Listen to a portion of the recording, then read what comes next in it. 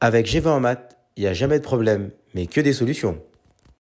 À travers cette vidéo, nous allons voir ensemble un exercice qui va intégrer des suites et des intégrales, ce qu'on appelle la positivité de l'intégrale. Donc en fait ici, on introduit pour tout entier naturel n une fonction fn qui va être définie dérivable sur un intervalle r, tel que fn de x est égal à 2 exponentielle moins nx sur 1 plus exponentielle moins x. Et on introduit également une suite un telle que un est en fait l'intégrale entre 1 et 2 de la fonction fnx dx. Et la question qu'on nous pose, classiquement, c'est démontrer que la suite un elle est minorée par 0.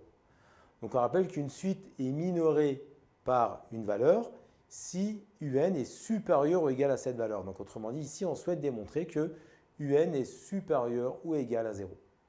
Et donc en fait, ici, pour tout entier naturel n et pour tout x qui appartient à R, et en particulier avec des x qui appartiennent à l'intervalle 1, 2, puisque ici l'intégrale elle est définie entre 1 et 2, d'accord? Eh bien, on peut commencer par dire que le numérateur de la fonction f, il est strictement positif parce que c'est une exponentielle, d'accord? Donc quel que soit le n et quel que soit le x qui appartient à l'intervalle 1, 2, l'exponentielle fois 2 sera positif. Et également le dénominateur, qui est une exponentielle qui est strictement positive. Vous lui rajoutez 1, ça reste strictement positif.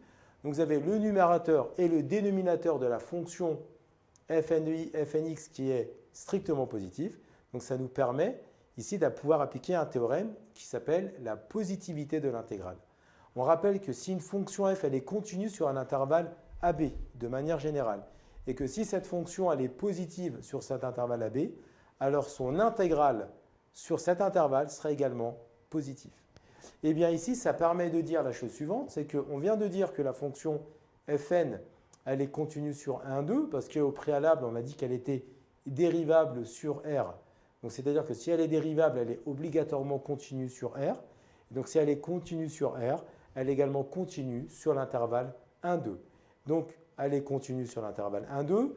On vient de démontrer que son expression, elle est strictement positive. Donc si on applique la positivité de l'intégrale, eh bien, on peut clairement écrire que l'intégrale entre 1 et 2 de fn de x dx, ça a strictement plus grand que 0. Donc ça nous permet de dire tout simplement que un il est strictement plus grand que 0. Et si un il est strictement plus grand que 0, on peut alors écrire que un est supérieur ou égal à 0, parce qu'en fait il est strictement plus grand que 0. Donc il n'y a pas de souci de pouvoir écrire un supérieur ou égal à 0. Donc avec cette méthodologie, on vient de démontrer que la suite un, elle était bien minorée par 0.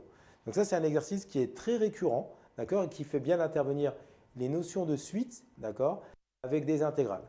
Et moi, si j'avais une petite prédiction à faire pour le bac de 2020, je sens bien un exercice de ce style-là. Donc vous m'en reparlerez en juillet 2020.